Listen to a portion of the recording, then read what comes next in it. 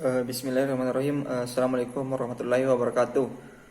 Perkenalkan, nama saya Arman dari kelas PJKRD NIM 1931041169. Di sini saya akan menjelaskan beberapa materi tentang subjek dan sasaran evaluasi. Langsung saja, pembelajaran adalah suatu proses perubahan tingkah laku pada diri individu berkat adanya interaksi antara individu dengan lingkungannya agar dapat tercapainya tujuan pendidikan.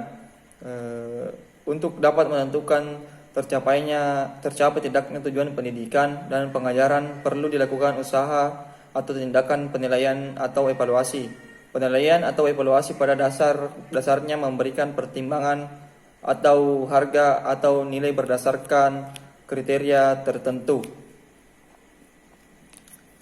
Hasil yang diperoleh dari penilaian dinyatakan dalam bentuk hasil belajar. Oleh karena itu, tindakan atau kegiatan tersebut dinamakan penelitian hasil belajar. Jika seseorang guru merasa bertanggung jawab atas penyempurnaan pengajarannya, maka ia harus mengevaluasi pengajaran itu agar ia mengetahui perubahan apa yang seharusnya diadakan. Tidak hanya guru yang dilakukan evaluasi, siswa juga harus dievaluasi.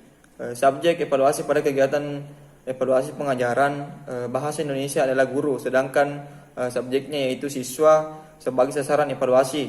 Di dalam melakukan evaluasi, alat evaluasi yang digunakan berupa berbagai macam teknik atau cara, mulai dari teknik non-tes sampai menggunakan teknik tes.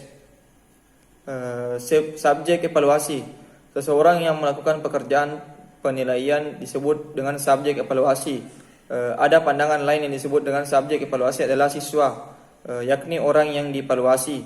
Pandangan lain mengklarifikasikan bahwa siswa sebagai objek evaluasi dan guru sebagai subjeknya. Subjek evaluasi adalah orang yang melakukan penilaian. Siapa saja yang dapat disebut sebagai subjek evaluasi untuk setiap tes ditentukan oleh suatu aturan sebagai pembagian tugas, yaitu sebagai berikut. Yang pertama, untuk melaksanakan evaluasi mengenai pencapaian suatu prestasi belajar siswa, maka yang menjadikan subjek evaluasi adalah guru. Yang kedua, untuk melaksanakan evaluasi sikap yang menggunakan sebuah skala, untuk yang menjadi subjeknya dapat meminta petugas yang ditunjuk untuk didahului oleh suatu latihan untuk melaksanakan evaluasi tersebut. Yang ketiga, untuk melaksanakan evaluasi terhadap kepribadian, di mana menggunakan sebuah alat ukur yang sudah dibuat dan standarisasi, maka yang melakukan subjeknya adalah ahli psikologi.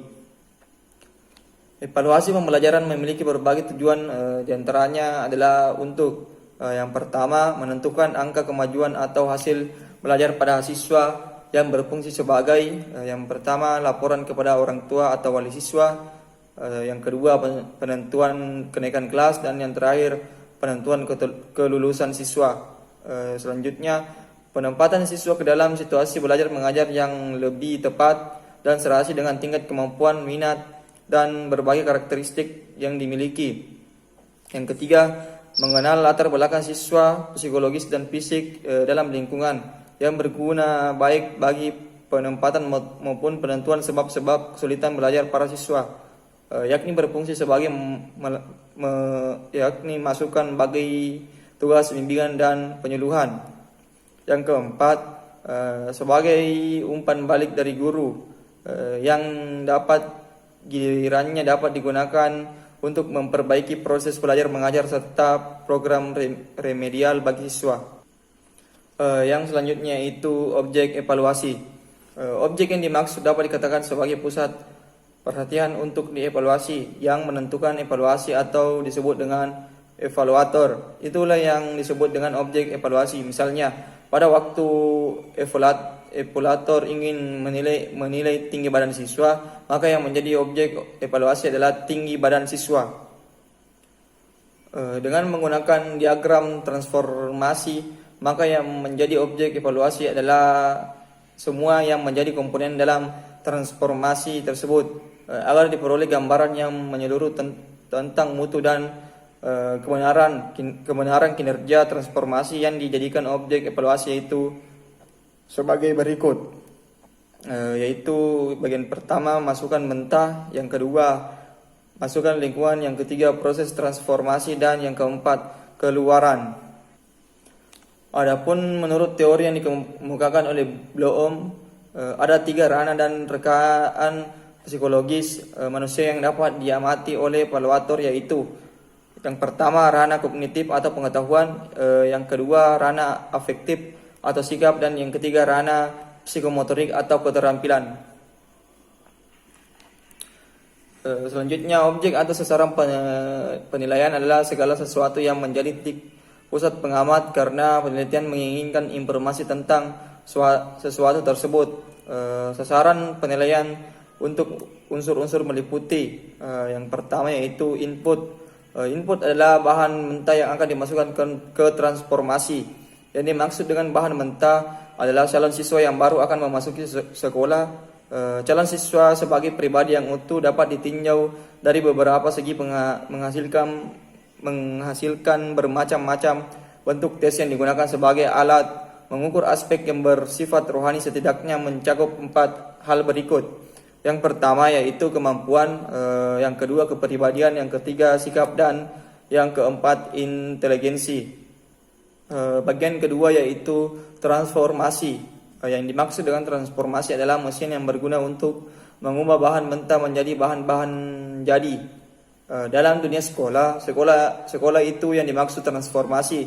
Sekolah itu sendiri terdiri dari beberapa mesin yang menyebabkan berhasil atau gagalnya sebagai transformasi. Bahan yang diharapkan ditentukan oleh beberapa sebagai akibat bekerjanya unsur-unsur yang ada. Unsur-unsur yang berfungsi sebagai faktor penentu dalam kegiatan sekolah tersebut antara lain, yang pertama siswa, yang kedua guru dan personal lainnya, yang ketiga bahan pelajaran, yang keempat metode mengajar dan sistem evaluasi, yang kelima sarana penunjang, yang keenam sistem administrasi. Yang selanjutnya output atau penilaian terhadap lulusan suatu sekolah dilakukan untuk mengetahui seberapa jauh tingkat pencapaian atau prestasi belajar mereka selama mengikuti program. Alat yang digunakan untuk mengukur pencapaian ini disebut dengan tes pencapaian atau achievement test. Kecenderungan yang ada sampai saat ini di sekolah adalah bahwa guru hanya menilai prestasi belajar aspek kognitif atau kecerdasan saja. Akibatnya dapat kita saksikan yakni bahwa para lulusan hanya menguasai teori tetapi tidak keterampilan melakukan pekerjaan keterampilan, dan juga tidak mampu mengaplikasikan pengetahuan yang sudah mereka kuasai. Sasaran evaluasi yang dimaksud ialah segala sesuatu yang menjadi titik pusat pengamat karena penilai menginginkan informasi tentang sesuatu tersebut. Dengan menggunakan diagram tentang transformasi, maka sasaran penelitian untuk unsur-unsurnya meliputi: A. Input. Untuk mengetahui pribadi seseorang siswa yang utuh, dapat dilakukan berbagai macam bentuk tes sebagai alat untuk mengukur aspek yang bersifat rohani, setidaknya mencakup 4 hal sebagai berikut. Yang pertama kemampuan, yang kedua kepribadian, yang ketiga sikap, dan yang terakhir inteligensi. B. Transformasi. Banyak unsur yang terdapat dalam transformasi yang semuanya bisa menjadi sasaran evaluasi demi diperolehnya hasil yang diharapkan. Adapun unsur-unsur tersebut yaitu sebagai berikut. Yang pertama kurikulum atau materi, yang kedua metode dan cara penilaian, yang ketiga sarana pendidikan atau media, yang keempat sistem administrasi, dan yang kelima guru dan personal lainnya.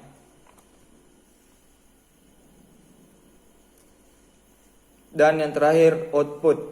Penilaian terhadap lulusan sekolah dapat dilihat dari kurikulum untuk mengetahui seberapa jauh tingkat pencapaian belajar mereka selama mengikuti program. Alat yang digunakan untuk pengukuran pencapaian tersebut disebut achievement. Kecenderungan yang ada sampai saat ini adalah bahwa guru hanya menilai prestasi aspek belajar kognitif atau kecerdasan saja. Alatnya adalah tes tertulis, aspek psikomotorik apalagi afektif yang jarang diterapkan oleh guru. Akibatnya dapat kita buktikan yakni bahwa para lulusan hanya mengetahui teori tetapi tidak terampil dalam melakukan keterampilan, juga tidak mampu mengaplikasikan pengetahuan yang sudah mereka ketahui. Lemahnya pembelajaran dan evaluasi yang terhadap aspek afektif ini, jika kita mau introspeksi, yang telah berakibat merosotnya akhlak para lulusan yang selanjutnya berdampak luas pada merosotnya anak bangsa. Mungkin itulah materi yang sempat saya bawakan tentang evaluasi. Lebih dan kurangnya mohon dimaafkan. Wabillahi taufiq wal hidayah. Wassalamualaikum warahmatullahi wabarakatuh.